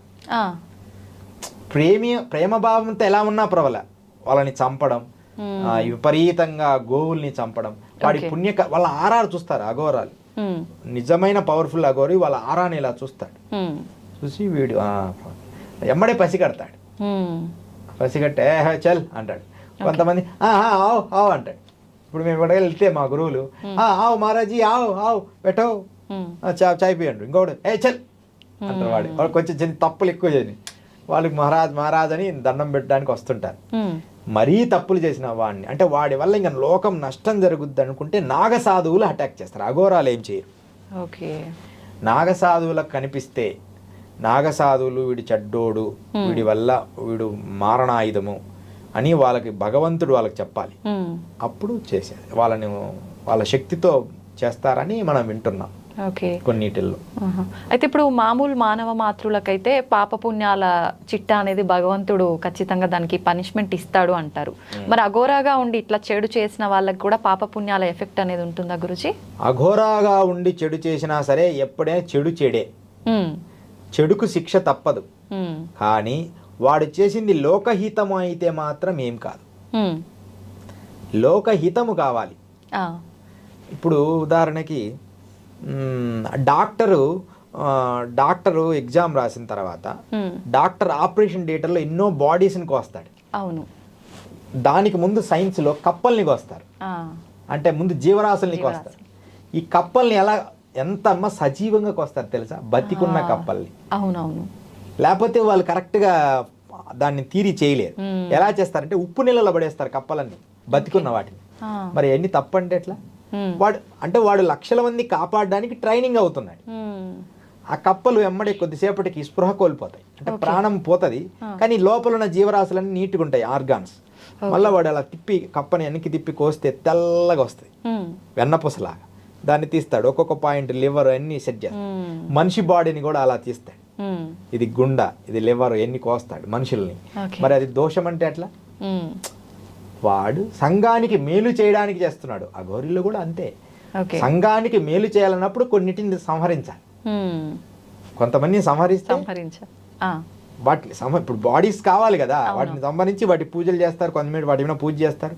అది సంఘానికి మేలు జరిగేటట్టు చేస్తారు. అంతేగాని వాడు తప్పు. ఇప్పుడు ఆ డాక్టర్ గారు ఆపరేషన్ థియేటర్ తీసుకెళ్ళాడు, ఒక వ్యక్తిని బతికించాలి అనుకున్నాడు, హార్ట్ ఓపెన్ చేశాడు, చేయగానే వాడు చనిపోయాడు. చనిపోగానే సారీ అంటాడు, వీళ్ళు ఏడుస్తారు అంతే తప్ప ఆయన డాక్టర్ మీద కేసు వేయరు కదా. అవును, నువ్వు తప్పు నిజంగా ఇదైతే శాస్త్రీయంగా ఇతను చంపినట్టే, లేకపోతే ఇంకొంతసేపు ఎక్కువ ఉండేవాడు, ఓకే. ఇంకొక 10 రోజులు బతికేవాడిని ఈయన ముందు తీసుకెళ్ళి వీడు బాగు చేయాలనే ఉద్దేశం కోసం చేశాడు. అది దోషం కాదు. ఇక్కడ పాయింట్ బాగా గమనించండి. బాగు చెయ్యాలి, వాని జీవితం మంచి చెయ్యాలి అనుకునే సంకల్పములో చెడు జరిగితే అది చెడు కాదు, అది చిట్టానే. కానీ అదే పనిగా ఈ మధ్య కరోనా టైంలో మనం చూసాం, అదే పనిగా లక్షలు వసూలు చేసి మనుషుల్ని పిప్పి పిండినట్టు కొన్ని హాస్పిటల్ చేశాయి, కొన్ని పరిస్థితులు చేశాయి. ఎంత దారుణమైన స్థితికి చేశాయమ్మా కొన్ని. అవునవును. పాపం ప్రజలు, నాకు తెలిసి బీద వాళ్ళు బంకులు పెట్టుకుని అమ్ముకొని లక్షలు 10 లక్షలు వాళ్ళ జీవితం అంతా కష్టపడి ఒక 15 లక్షలు సంపాదించుకొని ఉంటారు, ఏది బజ్జీలు బోండాలు అమ్ముకొని. అలాంటి వాళ్ళని మొత్తం క్లోజ్ చేసి చంపేశారు. డబ్బు తీసుకున్నారు, మనుషులు చనిపోయారు. ఇన్ని లక్షలు సంపాదించాం కదా, ఇలాంటి టైంలో అందరికి సర్వీస్ చేద్దామనే థాట్ ఏ ఒక్క డాక్టర్లకు రాలేదమ్మా. అది ఒక పెద్ద బాధాకరం. నిజమే గురుగారు. అంటే ఇన్ని లక్షలు ఎప్పుడు సంపాదించుకుంటావుగా బతికున్నాళ్ళు. ఇలాంటి ఒక ప్రమాదం వచ్చినప్పుడు మనకు చాతనైనంత వాళ్ళని పూర్తిగా చేయమనలే, అంతే. ఒక 50% అయినా చేసింటే బతకపోయినా పర్వాలేదు. కానీ మన ప్రయత్నం భారతీయ డాక్టర్లు, ప్రపంచ దేశాల భారతీయ డాక్టర్లు మంచి వాళ్ళే అనే ఒక బిరుదు వచ్చి మానవత్వం మిగిలే ఉంది వినేది. కానీ నిజంగా మానవత్వం మిగలకుండా చేశారమ్మా. అది బాధాకరం. ఎవరో కొంతమంది ఉన్నారులే మంచి వాళ్ళు, చాలా మంది పెద్ద పెద్ద సినీ సెలబ్రిటీలు వాళ్ళు మాత్రం చాలా హెల్ప్ చేశారు. సోను సూద్ అని కొంతమంది నేను చూశాను. వాళ్ళు చేసిన మంచి అసలు అమోఘం. నేను కూడా అసలు ఒక హ్యాపీనెస్ వచ్చింది నాకు, అరే ఇలాంటి వాళ్ళు ఉండాలి అని. చాలా మన హీరోలు చాలా మంది చేసేవాళ్ళు, బయటికి చెప్పకుండా చేసిన వాళ్ళు చాలా మంది. మన సినీ యాక్టర్లో చిరంజీవి గారు వీళ్ళందరూ బయటికి చెప్పనంత మాత్రం చేయలేదని కాదు, వాళ్ళు ఎంతో మంది హెల్ప్ చేశారు. అదేమో కొంచెం ఆయన బయటకు వచ్చి ఎక్కువ మొత్తంలో చేశాడు కాబట్టి ఆయన పేరు వచ్చింది. అట్లా ఉంటే ఎంత బాగుండేది. డాక్టర్లు అంటున్నాను, ఈ డాక్టర్లు ఒక 100కి 50 రూపాయలు తీసుకొని చేసింటే ఎంత బాగుండు. కానీ సమస్య లేదు, 15 లక్షలు కట్టండి. అలా అదొక పెద్ద బాధ. అలాగే మనం ఏమంటున్నానంటే ఆ సర్వీస్ చెయ్యాలి. ఏ అఘోరి అయినా, ఏ సన్యాసి అయినా, ఏ వ్యక్తి అయినా అలాంటి ఆలోచన చేసే విధానము భారతదేశంలో మంచితనంగా మలుచుకుంటే అది మంచి కావాలి. అదే అన్నమాట. అయితే స్వామీజీ, నాదొక క్వశ్చన్. ఇప్పుడు మనం డాక్టర్ల గురించి మాట్లాడుకున్నాము, సమాజం కోసం ఇలా చేయాల్సింది అని. ఇప్పుడు అఘోరాలు ఎప్పుడు దేవునికి దగ్గరలో వాళ్ళు చేసే ధ్యానం రూపంలో భగవంతునితో అంటే సాన్నిహిత్యంగా ఉంటారు అని వింటుంటాం కదా. మరి ఇలాంటి ప్రళయాలు వచ్చినప్పుడు ఆపే ప్రయత్నం ఎందుకు చేయరు? పుట్టుక అంటే మరణము ఉంటుంది ప్రతి మనిషికి. ఇప్పుడు ఉదాహరణకి ఒక చెట్టు కాయ వచ్చింది, పువ్వు వచ్చింది, పుష్పం తర్వాత బ్లూమ్, పుష్పం వికసించిన కాయ అవుతుంది, కాయ అయిన తర్వాత అది పండుద్ది, తర్వాత రాలిపోద్ది. నేచర్లో కూడా ఈ నేచర్ కూడా ఒక్కొక్క స్థాయి పెరిగిన తర్వాత ఎకనామిక్స్లో ఒక సూత్రం ఉంటుంది, పెరుగుట విరుగుట కొరకే అని. నువ్వు ఒకనొక స్థాయిలో, తీవ్ర స్థాయిలో ఏ అడ్మినిస్ట్రేషన్ అయినా సరే ఒక పీక్ లెవెల్కి వెళ్తుందంటే పడిపోతుంది. దాన్ని బ్యాలెన్స్ చేసుకొని ఆపుకోవడం మంచిది. ఈ మనుషులు ఎట్లుంటారంటే అమ్మ, మనుషులే కాదు మనుషుల బుద్ధే కదా, ఒకటి వచ్చిందంటే పీక్ లెవెల్కి వెళ్ళిపోతారు. ఇప్పుడు సాఫ్ట్వేర్ పీక్ లెవెల్కి వెళ్ళిపోయింది, ఇప్పుడు పడిపోతుంది, మళ్ళీ కొత్తది తయారవుతుంది, అంటే కొత్త సిస్టమ్. ఇప్పుడు ఈరోజు చెప్తున్నామ్మా, ఒక 4-5 ఇయర్స్ తర్వాత రోబో సిస్టమ్ కంప్లీట్గా భారతదేశాన్ని వెళ్తుంది. ఓన్లీ 5 ఇయర్స్లో. ఈ 5 ఇయర్స్లో ఎంత ఇప్పుడే చెప్పాను కదా. అంటే రోబో సిస్టమే కంప్లీట్గా ఇప్పుడు ఈ కెమెరా ఆన్ చేయాలి, ఒక రోబోని అక్కడ పెట్టేస్తారు, ఇక మనిషి అవసరం లేదు. అప్పుడు చాలా ఇబ్బందులు వస్తాయేమో కదా గురువుగారు. కొత్తది మళ్ళీ దానికి సంబంధించి ఇప్పుడు ఆ రోబోలు కూడా బ్యాటరీలు పెట్టాలి, ఆ రోబోలు కూడా బిగియాలి కదా మనుషులు, అంటే వేరే సిస్టమ్ తయారవుతుంది. దానికి సంబంధించిన మనుషులు ఇంకొక రకంగా ట్యూన్ చేసుకుంటారు, అంతే తప్ప మనుషుల్లో ఉన్న శ్రమని పని ఒత్తిడి తగ్గుతుంది, పిండి కలపడానికి అన్నిటికీ రోబోనే. రోబోలు ప్రత్యేకంగా స్కూల్లో టీచింగ్ రోబోనే, ఇంకా అది తప్పు చెప్పదు, ఆ టీచింగ్ స్లోగా చెప్పుకుంటూ వెళ్ళిపోతుంది, అది ఇంకా దాంట్లో డిజైన్ అయిపోయి ఉంటుంది. ఇక టీచర్ ఓన్లీ గైడ్ చేస్తారు అంతే. ఇలాంటి టెక్నాలజీ అనేది ప్రతి 10 సంవత్సరాలకు ఒకసారి ఈ ప్రకృతి మారుతూ ఉంటుంది. అలాంటి మారుతున్న క్రమములో కొన్ని మంచి కొన్ని చెడు అనేది సహజంగా జరుగుతాయి. ఇప్పుడు అణుబాంబులు మనకు అవసరం లేదు, కాయినా వాటిని సృష్టించారు, కానీ యాక్చువల్లీ అణుబాంబులు మనకు అవసరమే లేదు, కానీ ఒక్కొక్కసారి ఉల్కలని ఆకాశం నుంచి ఉల్కలు భూమి మీద పడే ప్రమాదాలు ఉన్నాయి. ఓకే, ఆ ఉల్కలను పేల్చాలంటే ఇలాంటి అణుబాంబునే మనం రాకెట్ ద్వారా ఆ ఉల్కలను పేల్చాలి. అది చిన్న చిన్న ముక్కలు అయిపోతే అంత ప్రమాదం ఉండదు కదా. ఒక పెద్ద బిల్డింగ్ల, ఒక 100 బిల్డింగ్ల అంత ఉల్కా భూమి మీదకి వస్తుంది. ఆ ఉల్కాను మనం బ్లాస్ట్ చేయాలి. ఓకే, అది అణుబాంబును ప్రయోగిస్తే అది బ్లాస్ట్ అవుతుంది. అది సముద్రంలో పడేటట్టు అలా ముక్కలు అయిపోతే, ఇప్పుడు ఇంత ముక్క అయితే ప్రమాదం ఉండదు కదా. అవునవును. అలా మంచి కోసం వాడంట్రా అని ఆ జ్ఞానం ఇస్తే అది చెడు కోసం వాడతాం అనుకుంటారు సమాజం.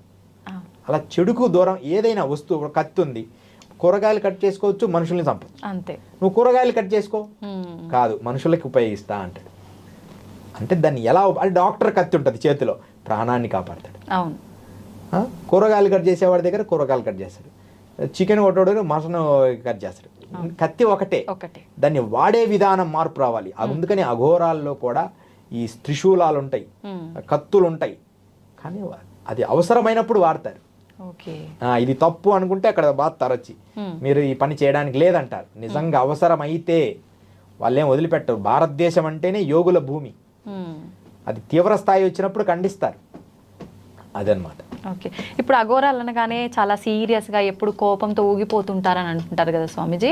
మామూలుగా అన్ని ఎమోషన్స్ ని కంట్రోల్ చేసుకుంటారు అఘోరాలు అంటారు కదా, మరి ఆ కోపాన్ని ఎందుకు? కోపం అస్సలు ఉండదు నాన్న, ఎట్లుంటదో చెప్తా. వాళ్ళకి కోపం ఉండదు, జాలి ఉండదు, కరుణ ఉండదు, ప్రేమ ఉండదు, అనురాగాలు ఉండవు, ఆప్యాయతలు ఉండవు, ఏమీ ఉండవు. ఒక స్మైల్ కూడా ఉండదు. The serious of last stage లో ఉంటారు. సీరియస్ లో అంటే గంభీరంగా, గంభీరతను మాత్రమే. అది సహజమే, ప్రేమ. ఒకసారి అఘోరాలతో నేను ట్రావెల్ చేస్తా కదా, వాళ్ళు ప్రేమ వచ్చినా నన్ను గట్టిగా గుద్దేవాళ్ళు, ఒకళ్ళ కోపం వచ్చినా ఒకే రకంగా గుద్దేవాళ్ళు. ఒకసారి నా మీద మంచిగా చేశాను, హే శబాష్ బెట అని ఒక కోపంతోనే కొట్టినట్టు కొట్టేవాళ్ళు. నేను అంత దూరం ఈడ్చుకొని పడేవాళ్ళు. దానికి వాళ్ళు టో అనేవాళ్ళు. అంటే అట్లా ప్రేమ వాళ్ళ ఒకే కండిషన్లో ఉంటుంది. అంటే తప్ప వాళ్ళల్లో అలాంటిది ఏమి ఉండదు. మనకు భయం అనిపిస్తుంది. అంటే యాక్చువల్లీ నిజమా కాదా అని తెలుసుకొని మనం అడుగులు వేయాలి. అంతే తప్ప ఈ చాలా మంది, నాకు తెలిసిన కాశీలో కూడా చాలా మంది వరకు మనకు కనిపించే అఘోరాల వరకు అంతా డూప్లికేటే, అంటే ఫేక్ ఎక్కువ ఉంది. అవునవును. ఆ ఫేక్నెస్ వల్ల కొన్ని విలువలు ఇబ్బందులు అవుతున్నాయి. అంటే ఫారెన్స్ రావడం, వాళ్ళని చూడడం, ఫేక్ అనమాట. కొంత మంచోళ్ళు కూడా ఉన్నారు, అది మాకు మాత్రమే తెలుసు వీళ్ళు మంచి వాళ్ళు. అకాడా నుంచి పట్టా పొందిన వాళ్ళు, ధన వ్యామోహం లేదు, అవసరమైనంత ఆహారానికి తీసుకుంటారు, లీవింగ్ లైఫ్, మనం బతకడానికి ధనం అవసరం అనే విధానంలో ధనం అవసరం, అలా మేము గుర్తిస్తాం. కానీ సాధారణ మనుషులు గుర్తించలేరు. అందరు అఘోరాలు అనుకుంటారు. అక్కడే మనకు తరపాటు అయింది. అఘోరాన్ని మమ్మల్ని కొట్టాడండి, మా దగ్గర డబ్బులు తీసుకున్నాడండి అంటారు. అలాంటి వాళ్ళ అబద్ధం. Okay okay. అయితే గురుగారు, ఎక్కువగా సాధన చేసి ఆత్మ సాధన చేసిన వాళ్ళకి మూడో నేత్రం తెరుచుకుంటుంది, తెరవటం సాధ్యపడుతుంది అంటుంటారు. అది నిజంగా సాధ్యపడుతుంది అంటారా?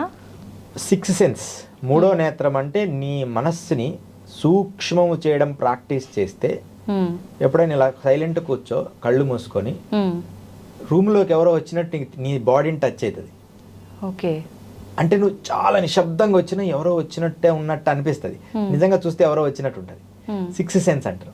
అది ఎప్పుడు నైట్ మనకి బాగా మేలుకుంటుంది. ఎలా అంటే మనం బాగా డీప్ నిద్రపోతున్నప్పుడు, ఒక మంచి నిద్రపోతున్నప్పుడు ఎవరైనా లేచి మంచిలు తాగుతుంటే ఆటోమేటిక్గా మనకు మెలకు వస్తుంది. మెలకు వచ్చి కళ్ళు తెరిచి చూస్తాం, మళ్ళీ పడుకుంటాం. బట్ ఎమ్మడే గుర్తించి పడుకుంటాం, స్పాట్లో నిద్ర కూడా పోతాం. అంటే నువ్వు నిద్రపోయినా నీ లోపల ఉన్న థర్డ్ ఐ అనేది ఇప్పుడు మేల్కొనే ఉంటది. ఓకే, అది అప్పుడప్పుడు మేల్కొలుపుతుంటది. దాన్ని కూడా మర్చిపోయి ఎప్పుడో పడుకుంటామంట. అంతే తప్ప ఎప్పుడు మనం ఎరుకలో ఉంటాం. అది ఆ శక్తి మనం ఇప్పుడు నైట్ గ్రహిస్తాం, నైట్ శక్తిని మేల్కొల్పుకుంటాం, పగలు ఆ శక్తిని వినియోగిస్తాం. అదనమాట. అందుకని థర్డ్ ఐ అనేది ఖచ్చితంగా ఉంది. ఇది ఇక్కడ ఉంటది, లోపల ఉంటది, సుధాధార దగ్గర ఉంటది, ఈ పిట్యూటరీ గ్రంథి లోపల ఉంటది. ఆ లోపల నుంచి ఇలా చూస్తుంటది, అలా పైనుంచి అలా చూస్తూ ఇక్కడికి అలా గమనిస్తూ ఉంటది అనమాట. మనం రోజు ప్రాక్టీస్ చేస్తే నీకు కూడా వస్తుంది అనమాట. 100% వస్తుంది ఆ శక్తి. ఓకే, రెగ్యులర్ ప్రాక్టీస్ చేయాలి. నువ్వు భౌతిక కర్మలు ఏమైనా ఉండని, కానీ నియమము తప్పకుండా చెయ్యాలి. అదే మనం చేయం. అవును. థర్డ్ ఐ 100% వస్తాం. ఇప్పుడు క్షుద్ర పెద్ద చూపిస్తుంటారు మాంత్రికుడికి, వాడికి థర్డ్ ఐ ఉంటుంది. మరి వాడు దుర్మార్గుడు అట్లుండదు, ఎవరు ప్రాక్టీస్ చేసినా థర్డ్ ఐ వస్తుంది. ఓకే. కానీ అది సద్వినియోగపరచడమే ఇంపార్టెంట్, మంచిగా వాడాలి. అదే అనమాట, థర్డ్ ఐ ఉంది. కుండలిని జాగృతపరచాలి. మూలాధార, స్వాదిష్టాన, అనాహత, విశుద్ధ, ఆగ్నేయ, సహస్రార ఈ చక్రాలన్నిటిని మేల్కొల్పాలి. ఆ ప్రేల్కొని ప్రాణాయామ, కుంభక, రేచకాల ద్వారా